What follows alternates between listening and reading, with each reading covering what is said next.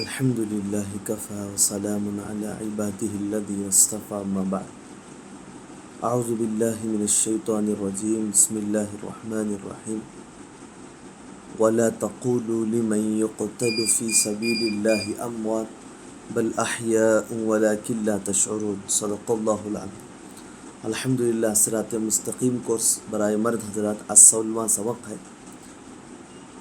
ایک قرآنی آیت جو میں نے تلاوت کی، اس کا ترجمہ ہے، اور نہ کہو ان کو جو شہید کیے گئے خدا کی راہ میں وہ مردے ہیں بلکہ وہ زندہ ہیں لیکن تم شعور نہیں رکھتے۔ خلاصہ معلوم ہوا کہ اللہ کے راستے میں شہید کی موت بہت نہیں بلکہ ہر غم اور تکلیف سے پاک ایک اعلیٰ زندگی ہے۔ جب شہید کا جسم گوشت و پوش کا مجموعہ ہونے کے باوجود قبر میں خاک سے مٹی سے متاثر نہیں ہوتا اور زندہ جسم کس طرح صحیح سالم رہتا ہے، جیسا کہ اس پر احادیث اور مشاہدات شاہد ہیں، پس اس امتیاز کی وجہ سے شہداء کو احیا کہا گیا ہے۔ مگر ظاہری احکام و عام مردوں کی طرح ہی ان کی بیویاں دوسروں سے نکاح کر سکتی ہیں، اور یہی حیات ہے جس میں حضرت انبیاء اکرام علیہ السلام شہداء سے بھی زیادہ امتیاز اور قوت رکھتے ہیں، یہاں تک کہ جسد سلامتی کے ساتھ اس حیات برزخی کی کچھ آثار ظاہری احکام پر پڑتے ہیں۔ مثلا ان کی میراث تقسیم نہیں ہوتی انبیاء اکرام علیہ السلام کی، اور ان کے ازواج بیویاں دوسروں کے نکاح میں نہیں آ سکتی، پس اس حیات میں سب سے قوی تر انبیاء اکرام علیہ السلام ہیں، پھر شہداء اور پھر عام مرد ہیں۔ حدیث شریف حیات انبیاء اکرام علیہ السلام عن انس بن مالک رضی اللہ تعالی عنہ قال قال رسول اللہ صلی اللہ علیہ وسلم الانبیاء احیاء فی قبورہم یصلون۔ مسند ابی اعلیٰ، یہ حدیث شریف کی کتاب ہے، اس میں روایت ہے رسول اللہ صلی اللہ علیہ وسلم نے فرمایا انبیاء اکرام علیہ السلام اپنے قبروں میں زندہ ہیں اور نمازیں پڑھتے ہیں۔ عقائد حیات انبیاء علیہ السلام تمام انبیاء اکرام علیہ السلام اپنی مبارک قبروں میں اپنی دنیاوی جسموں کے ساتھ بتعلق روح، بغیر مکلف ہونے اور بغیر لوازم دنیا کے زندہ ہیں، اور مختلف جہتوں کے اعتبار سے اس حیات کے مختلف نام ہیں، جیسے حیات دنیاوی، حیات جسمانی، حیات حسی، حیات برزخی، حیات روحانی۔ تو ان حدیث قرآن اور حدیث اور عقائد کی روشنی میں بات معلوم ہوئی کہ حضرات انبیاء اکرام علیہ السلام کو اپنے قبروں میں زندہ رہتے ہی ان کی زندگی دنیاوی زندگی کے اعتبار سے الگ زندگی ہے۔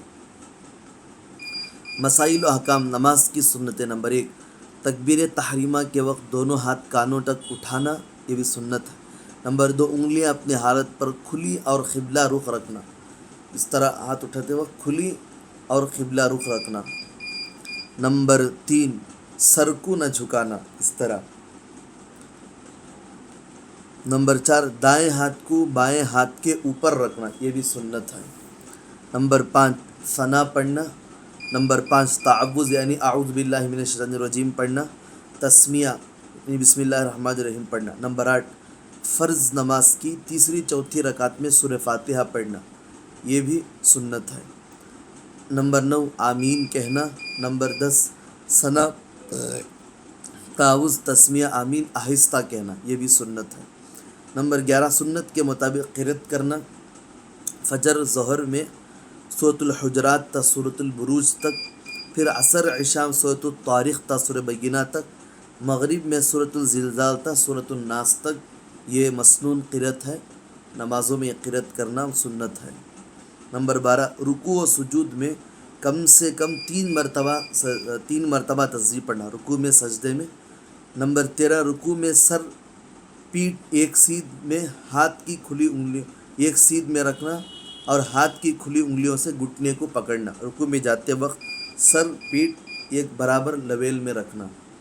نمبر 14، قومہ میں امام کو سمیع اللہ لمن حمدہ، جب سمیع اللہ لمن حمدہ کہتے ہیں اس وقت مقتدی کو ربنا لک الحمد اور منفرد کا دونوں کہنا۔ امام کو سمیع اللہ لمن حمدہ کہنا، جو پیچھے مقتدی نماز پڑھے ان کے لیے ربنا لک الحمد۔ اگر انفرادی نماز پڑھ رہی تو منفرد کو دونوں کہنا، یعنی صلی اللہ علیہ حمیدہ اور ربنا لک الحمد دونوں پڑھنا۔ نمبر 15 سجدے میں جاتے ہوئے پہلے گھٹنے، پھر ہاتھ، پھر ناک، پھر پیشانی رکھنا، ترتیب سے پہلے گھٹنے، پھر ہاتھ، پھر ناک، پھر پیشانی رکھنا۔ نمبر 16 جلسہ یعنی قیدے میں بائیں پاؤں بچھا کر بیٹھنا، دایاں پاؤں اس طرح کھڑا نہ کہ انگلیاں قبلہ رخ ہو، ہاتھ رانوں پر، تشہد میں کلمہ شہادت پر انگلی کا اشارہ کرنا۔ نمبر 17 قید اخیرہ کے بعد تشہد درود شریف پڑھنا۔ نمبر 18 دعا پڑھنا۔ نمبر 19 پہلے دائیں پھر بائیں طرف سلام پھیرنا۔ یہ 19 نماز کے سنتیں ہیں۔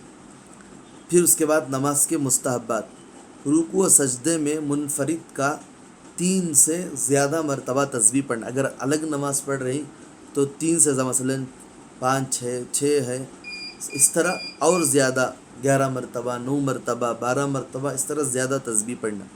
نمبر 2 قیام میں کھڑے ہونے میں مقام سجدہ، رکوع میں قدم پر، سجدے میں ناک پر، قیدے میں گود پر، اور سلام میں کندھوں پر نگاہ رکھنا۔ اگر یہ نگاہ برابر رکھیں گے تو نماز کے اندر دلچسپی ہوگی، خیالات ادھر ادھر جگہ منتشر نہیں ہوں گے۔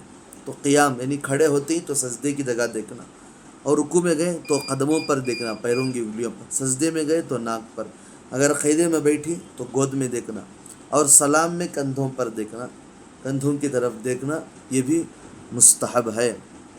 نمبر 3 حتی الوسع نہ کھانسنا، یہ کوشش کرنا کہ کھانسی نہ آئے۔ نمبر 4 جمائی کو روکنا، منہ کھل جائے تو ہاتھ رکھ لینا، روکنے کی کوشش کرنا۔ اس کے بعد ہے آخر میں مسنون دعا، مجلس سے اٹھنے کی دعا، سبحانک اللہم بحمدک اشہد ان لا الہ الا انت استغفرک و اتوب الیک۔ ترمذی شریف کی روایت ہے، طرز کا ترجمہ ہے، ہم آپ کی پاکی کرتے ہیں، پاکی بیان کرتے ہیں اور تعریف کرتے ہیں، میں گواہی دیتا ہوں کہ اللہ کے سوا کوئی معبود نہیں، میں آپ سے گناہوں کی بخشش طلب کرتا ہوں اور تیری طرف ہی آتا ہوں۔ بس اللہ سے دعا ہے اللہ تعالی ہم تمام کو جو باتیں پڑھی گئی ہیں سننے کی، سمجھنے کی، عمل کرنے کی اور دوسروں کو پہنچانے کی اللہ توفیق عطا فرمائے۔ آمین۔ وآخر دعوانا ان الحمد للہ رب العالمین۔